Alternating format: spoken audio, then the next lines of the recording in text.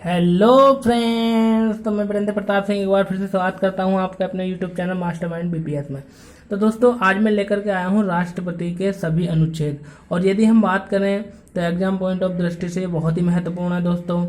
मैं ट्रिक के साथ आपको बताऊंगा कि राष्ट्रपति के अनुच्छेद। तो दोस्तों, चलिए देर किस बात की, सबसे पहले शुरुआत करते हैं हम कि राष्ट्रपति के अनुच्छेद है, यानी किस अनुच्छेद में राष्ट्रपति की किस बात का वर्णन है। जैसे कि सबसे पहले चलिए हम बात करते हैं, यहाँ से शुरुआत करते हैं कि राष्ट्रपति के पद का उल्लेख भारतीय संविधान के किस अनुच्छेद में। तो दोस्तों, यहाँ से हम बात करेंगे आर्टिकल 52 की। तो दोस्तों, राष्ट्रपति के पद का जो उल्लेख है वो अनुच्छेद 52 में। कैसे? अब हम बात करते हैं कि राष्ट्रपति जो होता है ना, भारत का एक सर्वोच्च पद है। यानी एक हम ट्रिक बता रहे हैं कि राष्ट्रपति जो है एक सबसे बड़ा आदमी है। तो सबसे बड़ा आदमी किसको बनाएंगे? 52 को। और 52 कौन होता है? पंडित, है नहीं? तो राष्ट्रपति का पद यानी पद कौन संभालेगा? 52। और 52 में क्या है? राष्ट्रपति के पद का उल्लेख है आर्टिकल 52 में। और दोस्तों, जो पंडित होते हैं, जो 52 होते हैं, उनकी योग्यता क्या होती है कि उनको दावत पर अगर आपने 5 बार बुला लिया तो वो पूरी कितनी खाएंगे? 8। यानी राष्ट्रपति की जो योग्यताएं हैं वो आर्टिकल किस में है? 52 में है। आप एक बार फिर समझ लीजिए कि 52 की योग्यता 5 बार में 8 पूरी खाते हैं। ठीक है दोस्तों। उसके बाद हम बात करते हैं कि राष्ट्रपति का जो निर्वाचक मंडल है, निर्वाचन का मतलब जो चुनाव होते हैं राष्ट्रपति के, तो उसका जो निर्वाचक मंडल है, तो राष्ट्रपति के निर्वाचक मंडल के बारे में जो उल्लेख किया गया है वो आर्टिकल 54 में किया गया है। दोस्तों, इसको हम कैसे याद रखेंगे? जब आप कोई भी चुनाव लड़ोगे तो लोगों को क्या पिलाओगे? बीड़ी। और बीड़ी किस चीज़ की पिलाओगे? 54 के मंडल की। तो चुनाव, राष्ट्रपति का चुनाव जो है वो किस में है?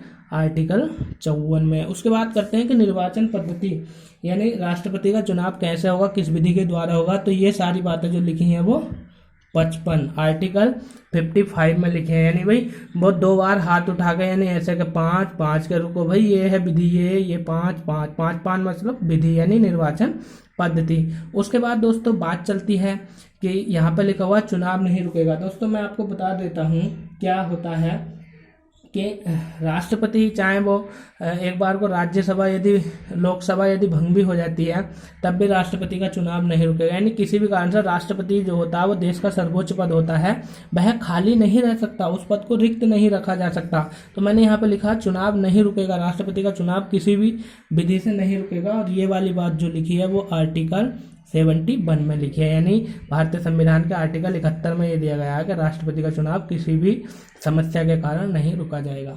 उसके बाद हम बात करते हैं दोस्तों कि राष्ट्रपति का जो शपथ है वो किस अनुच्छेद में है। तो देखिए, राष्ट्रपति की जो शपथ है वो है आर्टिकल 60 में। ठीक है दोस्तों, 60 क्या कि अब हम इसको कैसे याद रखेंगे? शपथ यानी 60 मतलब 8, 60 यानी राष्ट्रपति आर्टिकल 60 के तहत जो है शपथ लेता है। दोस्तों, ये तो सभी को याद रहता है। उसके बाद हम बात करेंगे कि राष्ट्रपति का जो कार्यकाल है, राष्ट्रपति के कार्यकाल का जो विवरण दिया गया है वो आर्टिकल 56 में दिया गया है। कैसे कि आर्टिकल का जो कार्यकाल है दोस्तों वो 6 वर्ष नहीं, कितना होता है? 5 वर्ष। यानी 5 और 6, भाई जैसे किसी से पूछे राष्ट्रपति का कार्यकाल कितना होता है? 5 वर्ष या 6 वर्ष? नहीं, 5 6 नहीं, 56। यानी आर्टिकल 56 में राष्ट्रपति का कार्यकाल है। उसके बाद हम बात करते हैं कि कितनी बार राष्ट्रपति बन सकता है। तो भारत में कोई भी व्यक्ति राष्ट्रपति कितनी भी बार बन सकता है, और ये बात लिखी है आर्टिकल 57 में। ठीक है दोस्तों, यानी कहने का मतलब मेरा ये है कि हम पूछ सकते हैं कि भाई 52 क्या हो गया? राष्ट्रपति का पद है। और राष्ट्रपति 52 की विशेषता क्या? 5 8 पूरी खा जाता है। जब आप निर्वाचन चुनाव लड़ोगे 54 का मंडल पिलाओगे। कैसे? 5 हाथ उठा के 2 बार बता दिया। और 7 एक बार, यानी 7 1 71, कितनी भी किसी भी मतलब जो है किसी भी विधि से राष्ट्रपति का चुनाव नहीं रुकेगा। शपथ 60 में तो सबको याद है, कार्यकाल 5 6 साल का होता है, नहीं 5 वर्ष का, यानी 5 6 56। और कितनी बार राष्ट्रपति बन सकता?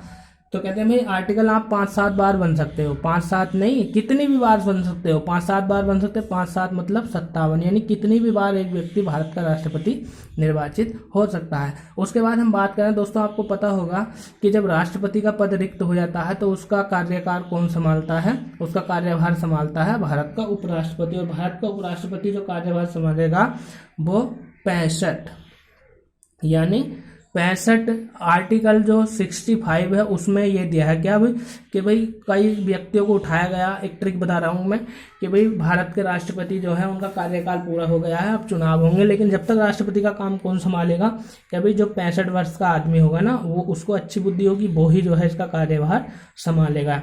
यानी भारत का उपराष्ट्रपति कार्यभार संभालेगा राष्ट्रपति का, आर्टिकल 65 के तहत। उसके बाद बात करते हैं दोस्तों कि जो भारत के राष्ट्रपति हैं उनके कुछ विशेष अधिकार होते हैं, कुछ विशेष अधिकार होते हैं, और वो अधिकार कौन से आर्टिकल में दिए हैं? आर्टिकल 361 में। ठीक है भाई, कैसे हम कहेंगे कि क्या इसके लिए क्या ट्रिक बनाएंगे हम दोस्तों, मैं बता देता हूँ आपको क्या कि विशेष अधिकार। दोस्तों आप इनके अक्षर गिनकर देख लिए, 3 और 6 में तोड़ लीजिए, अपने आप याद हो जाएगा।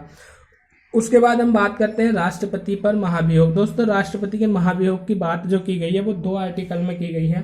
अक्सर लोग इनको गलत कर देते हैं, आप लोग सही से समझ लीजिए, सुन लीजिए, इसको मैं बताता हूँ कि राष्ट्रपति पर महाभियोग क्यों लाया जाएगा, राष्ट्रपति पर महाभियोग क्यों लाया जाएगा, इस चीज का विवरण है आर्टिकल 56 में। ठीक है, और राष्ट्रपति पर महाभियोग किस प्रक्रिया द्वारा लगेगा, इसका उल्लेख है आर्टिकल 61 में। ठीक है दोस्तों, दोनों को याद रखना, राष्ट्रपति पर महाभियोग क्यों लगेगा ये 56 में है, और किस प्रक्रिया द्वारा लगेगा ये 61 में है। उसके बाद हम बात करते हैं कि राष्ट्रपति की जो यानी संघ की कार्यपालिका शक्ति होती है वो राष्ट्रपति के हाथों में होती है, और राष्ट्रपति की जो कार्यपालिका शक्ति का उल्लेख दे रखा है वो आर्टिकल किस में दे रखा है आपका? 53 में। इसको हम कैसे याद करेंगे कि जो कार्यपालिका शक्ति है, ठीक है ना, शक्ति कितनी होती है दोस्तों? एक प्रारंभ में शक्ति 5 और 3 बढ़ा दी 8, यानी राष्ट्रपति की कार्यपालिका शक्ति 5 3 8 होती है, 8 नहीं भाई 53, यानी आर्टिकल 53 में उल्लेख है राष्ट्रपति की कार्यपालिका शक्ति का। ठीक है दोस्तों, उसके बाद हम बात करते हैं कि राष्ट्रपति जो लोकसभा में बहुमत दल का नेता होता है, बहुमत दल प्राप्त का नेता होता है, उसको प्रधानमंत्री नियुक्त करते हैं राष्ट्रपति, और ये करते हैं 75, यानी आर्टिकल 75 के तहत। इसको हम कैसे याद करेंगे कि प्रधानमंत्री 7-5 आदमियों को साथ लेकर चलता है, 7-5 मतलब 75, यानी पीएम 7-5 आदमियों को साथ लेकर चलता है। जैसे आपने देखा होगा प्रधानमंत्री अब जाएंगे, उनके बॉडीगार्ड भी होंगे, गाड़ी भी होगी, ड्राइवर भी होंगे, और भी उनके विशेष अतिथि होंगे। तो प्रधानमंत्री अकेले नहीं चलते, 5-7 आदमियों को या 7-5 आदमियों को साथ लेकर के चलते हैं। तो राष्ट्रपति आर्टिकल 75 के तहत प्रधानमंत्री को लोकसभा में बहुमत दल के नेता को जो है वो प्रधानमंत्री नियुक्त करेगा। उसके बाद बात करते हैं दोस्तों कि आपको पता होगा कि केंद्र से संबंधित जितने भी कार्य होते हैं वो सब राष्ट्रपति के नाम से होते हैं। ठीक है, जैसे आप रक्षा समझौता करो, सुरक्षा समझौता करो, या मान लीजिए कोई विदेश नीति है, तो ये सारे कार्य जो होते हैं ना वो राष्ट्रपति के नाम से होते हैं। और इसमें कहा गया सीधा सीधा आर्टिकल 77 यानी आर्टिकल 77 के तहत क्या कि भाई विदेश से यदि किसी भी देश से नाता जोड़ना है या कोई कार्य करना तो राष्ट्रपति का साथ होना चाहिए, साथ यानी साथ लेकर चलो किसको? राष्ट्रपति को। तो साथ यानी राष्ट्रपति के नाम से होते हैं कार्य, यानी राष्ट्रपति के नाम के साथ लगा दो साथ। ठीक है दोस्तों, याद हो गया होगा। आगे बात करेंगे कि दोस्तों आप लोग जानते हैं जो संघ की कार्यपालिका होती है, राष्ट्रपति उसका नाम मात्र का अध्यक्ष होता है, लेकिन उसकी कार्यपालिका यानी उसके जो कार्यों का उपयोग करता होता है, उसकी शक्ति का वो होता है प्रधानमंत्री। ठीक है दोस्तों, तो राष्ट्रपति और प्रधानमंत्री के जो संबंध हैं वो आर्टिकल किस में है? आर्टिकल 78 में। ठीक है दोस्तों, यानी जो भारत का प्रधानमंत्री है और जो राष्ट्रपति है उन दोनों के संबंधों को दर्शाया गया, उसका जो उल्लेख मिलता है वो संविधान के आर्टिकल 78 में मिलता है। क्या कि जो कार्य होंगे और राष्ट्रपति के नाम से होंगे उन्हें साथ लेकर चलना पड़ेगा, और साथ में कौन जाएंगे? राष्ट्रपति के प्रधानमंत्री, तो एक और बढ़ जाएगा, तो संबंध किस में होंगे? 7 और 1 8 यानी 78 में। उसके बाद बात हम करते हैं कि राष्ट्रपति जो होते हैं वो भारत के महान्यायवादी की नियुक्ति करते हैं, और नियुक्ति करते हैं किस आर्टिकल के तहत? 76 के तहत। ठीक है दोस्तों, तो दोस्तों इसको हम ऐसे याद कर सकते हैं कि महान्यायवादी यानी महान आदमी बनेगा, और महान आदमी कौन भाई? जिस पर धारा 76 ना लगी हो। ठीक है, यानी जिस पर 76 धारा ना लगी होगी वो ही महान्यायवादी बनेगा। ठीक है दोस्तों, आपको पता होगा धारा 76 क्या होती है। तो राष्ट्रपति महान्यायवादी की नियुक्ति करेंगे आर्टिकल 76 के तहत। उसके बाद बात करते हैं कि जो मंत्री परिषद होती है वो राष्ट्रपति के परामर्श के लिए होती है, और मंत्री परिषद का जो गठन होता है राष्ट्रपति द्वारा होता है। यानी कहने का मतलब ये है, मंत्री परिषद में जिन मंत्रियों की नियुक्ति की जाती है राष्ट्रपति द्वारा की जाती है। तो मंत्री परिषद का जो उल्लेख है राष्ट्रपति के संदर्भ में वो है 74 में, यानी 74 में। ठीक है भाई। उसके बाद बात करते हैं दोस्तों कि जो राष्ट्रपति की शक्तियाँ होती हैं, एक तो शक्ति हमने राष्ट्रपति की पढ़ी क्या, कार्यपालिका शक्ति, जो कहाँ पर है, यहीं पर है, चलो तो देखते हैं। राष्ट्रपति की कार्यपालिका शक्ति, ठीक है। राष्ट्रपति की कार्यपालिका शक्ति कहाँ गया, ये रहा व्यवस्थापिका। हाँ, राष्ट्रपति की व्यवस्थापिका शक्तियाँ जो होती हैं वो आर्टिकल, एक सेकेंड कंफ्यूज हूँ, ठीक है, ये रहा, यह है राष्ट्रपति की कार्यपालिका शक्ति। तो दोस्तों राष्ट्रपति की दो शक्तियाँ होती हैं, एक होती है कार्यपालिका शक्ति जो आर्टिकल 53 में है, दूसरी होती है व्यवस्थापिका शक्तियाँ, यानी किन किन चीज़ों को नियुक्त कर सकता है राष्ट्रपति। तो राष्ट्रपति की जो व्यवस्थापिका शक्तियाँ हैं वो आर्टिकल 79 में, क्या कि भाई आर्टिकल, यानी कह सकते हैं कि राष्ट्रपति व्यवस्था कर सकते हैं हर चीज़ की, नो यानी नहीं, कि राष्ट्रपति हर चीज़ की व्यवस्था नहीं कर सकते, साथ यानी सबकी। तो कह सकते हैं व्यवस्थापिका का व्यवस्था करेंगे, साथ साथ, नो नहीं, साथ नहीं करेंगे, यानी 7 और 9 79। उसके बाद हम बात करेंगे कि जो भारत के राष्ट्रपति होते हैं वो संसद के सभी सदस्यों को शपथ दिलाते हैं। तो भारत के राष्ट्रपति संसद के सदस्यों को जो शपथ दिलाते हैं वो दिलाते हैं आर्टिकल 99 के तहत। यानी हम कह सकते हैं कि भारत के राष्ट्रपति संसद के सदस्यों को शपथ दिला सकते हैं, नो नहीं दिला, अरे भाई दिलाते हैं, मैं ट्रिक बता रहा हूँ कि शपथ दिलाते हैं, नो नहीं, नो मतलब 99, हाँ दिलाते हैं, आर्टिकल 99 के तहत शपथ दिलाते हैं। ठीक है। और जो लोकसभा होती है, लोकसभा में लोकसभा में 2 एंग्लो इंडियन को मनोनीत करते हैं, और वो है बात सीधी आर्टिकल 331 यानी 331 के तहत। दोस्तों चलते हैं आगे। ठीक उसी प्रकार से दोस्तों कि जिस तरीके से लोकसभा में राष्ट्रपति 2 एंग्लो इंडियन को मनोनीत करते हैं आर्टिकल 331 के तहत, उसी तरीके से राज्यसभा में 12 व्यक्तियों को, यानी जिनको खेल, यानी कह सकते हैं जिनको साहित्य में, विज्ञान में या सामाजिक कार्यों में रुचि होती है, तो ऐसे व्यक्तियों को, यानी 12 व्यक्तियों को राष्ट्रपति जो है राज्यसभा में मनोनीत करते हैं। और ये बात सीधी लिखी हुई है आपके आर्टिकल 80 में। ठीक है, आर्टिकल 80 यानी 80 में। ठीक है भाई, कहना है अब जो कह रहे हैं कि भैया राज्यसभा का काम राष्ट्रपति से नहीं सिमलेगा, क्योंकि वो कितनी उम्र के हो गए, 80 की उम्र के हो गए। अब 12 व्यक्तियों को उन्होंने अपने साथ ले लिया है, तो आपने याद रखना है राज्यसभा 12 व्यक्ति यानी 80 के हो गए, राष्ट्रपति अनुच्छेद 80 के तहत राज्यसभा में 12 व्यक्तियों को मनोनीत करेंगे। ठीक है दोस्तों। उसके बाद यदि हम बात करें दोस्तों, आपने अभी तक हमारे चैनल को सब्सक्राइब नहीं किया तो प्लीज़ सब्सक्राइब कर लीजिए। एक सब्सक्राइब और एक लाइक में आपका क्या जाता है यार, मैं आपसे रिक्वेस्ट कर रहा हूँ, प्लीज़ एक बार इस वीडियो को लाइक कर दीजिए, अपने दोस्तों में शेयर कीजिए। जब मैं मेहनत कर रहा हूँ तो एक सब्सक्राइब में आपका क्या जाता है, प्लीज़। उसके बाद हम बात करते हैं कि आपको पता होगा जैसे राष्ट्रपति संयुक्त अधिवेशन बुलाता है, तो अधिवेशन की चर्चा किसमें, तो राष्ट्रपति के अधिवेशन बुलाने की जो बात की गई है वो आर्टिकल 85 में की गई है, यानी 85 में। या हम इसको ऐसा कह सकते हैं कि भाई अब राष्ट्रपति जो है ना 80 के हो गए, उन्होंने 12 व्यक्ति को अपने साथ ले लिया, फिर वो क्या करेंगे, एक अधिवेशन बुलाएंगे कि भैया पहले मैं 80 का था, अब मैं 85 का हो गया, अधिवेशन बुला लो, यानी लोकसभा राज्यसभा दोनों को बुला लो। तो दोनों को, लोकसभा राज्यसभा को कब बुलाएंगे, जब वो 85 वर्ष के हो जाएंगे, कौन, राष्ट्रपति।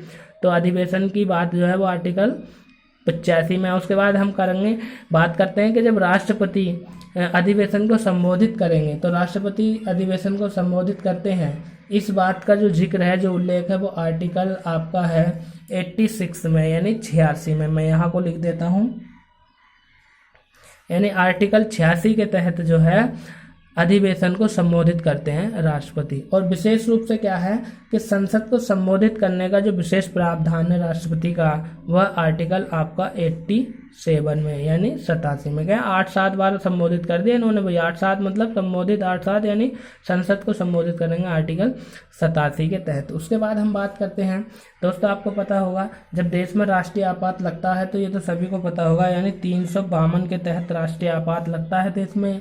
और राष्ट्रपति शासन जो लगता है वो 356 यानी 3 बार लग गया क्या 56 इंच का सीना। आपको याद आ गया होगा नाम, 56 इंच की छाती यानी 56 इंच चौड़ी सीना। उसके बाद हम बात करते हैं कि वित्तीय आपात, तो वित्तीय आपात जो लगता है दोस्तों वो आर्टिकल 360 के तहत लगता है। ठीक है, अभी मैं कुछ बातें और बताने वाला हूँ, आपको यहाँ पर लिखनी पड़ेंगी मेरे को। ठीक है दोस्तों, तो दोस्तों बात यह है कि आपने सुना होगा एंग्लो इंडियन यानी जो आंग्ल इंडियन होते हैं। ठीक है, आंग्ल इंडियन। तो दोस्तों जो आंग्ल इंडियन होते हैं इनका, ये आंग्ल इंडियन कौन होते हैं, कैसे होते हैं, या किन्हें आंग्ल इंडियन कहा जाता है, ये सारी बातों का जो जिक्र है, जो सारी बातों का विवरण है वो आर्टिकल 366 में है। ठीक है दोस्तों, यानी कहने का मतलब मेरा ये है कि आर्टिकल 366 में जो बताया गया है वो आंग्ल इंडियन के बारे में बताया गया है कि आंग्ल इंडियन कौन होते हैं। उसके बाद यदि हम बात करें चुनाव आयोग के, राष्ट्रपति के चुनाव कौन कराता है या किसके द्वारा होते हैं, तो एक होता है चुनाव आयोग। चुनाव आयोग, तो दोस्तों चुनाव आयोग जो है वो भारत के संविधान के आर्टिकल 324 में, यानी आर्टिकल 324 किस चीज़ का वर्णन है इसमें, चुनाव आयोग का। उसके बाद हम बात करते हैं कि केंद्र सरकार का दायित्व होता है। ठीक है, यह हम कह रहे हैं कि केंद्र सरकार और राज्य सरकार, यानी केंद्र सरकार विशेष रूप से राज्य सरकारों को निर्देश दे सकती है, यानी केंद्र सरकार राज्य सरकारों को निर्देश देगी।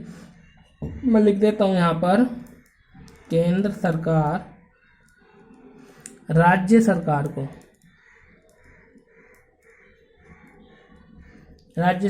को क्या देगी, निर्देश। तो दोस्तों ये वाली बात लिखी हुई है भारतीय संविधान के आर्टिकल 365 में। तो दोस्तों यदि अभी तक आपने हमारी वीडियो को लाइक नहीं किया तो लाइक कीजिए, शेयर कीजिए और अपने दोस्तों में शेयर कीजिए, और साथ में सब्सक्राइब और बेल आइकन का बटन दबाना ना भूलें। दोस्तों आपको किसी भी मुद्दे पर कोई भी ट्रिक चाहिए तो आप मुझको बताइए, और हमारा यूट्यूब चैनल है मास्टरमाइंड बीपीएस। दोस्तों मैं वीरेंद्र प्रताप सिंह लेता हूँ आपसे विदा, कल फिर मुलाकात होगी। थैंक यू, धन्यवाद।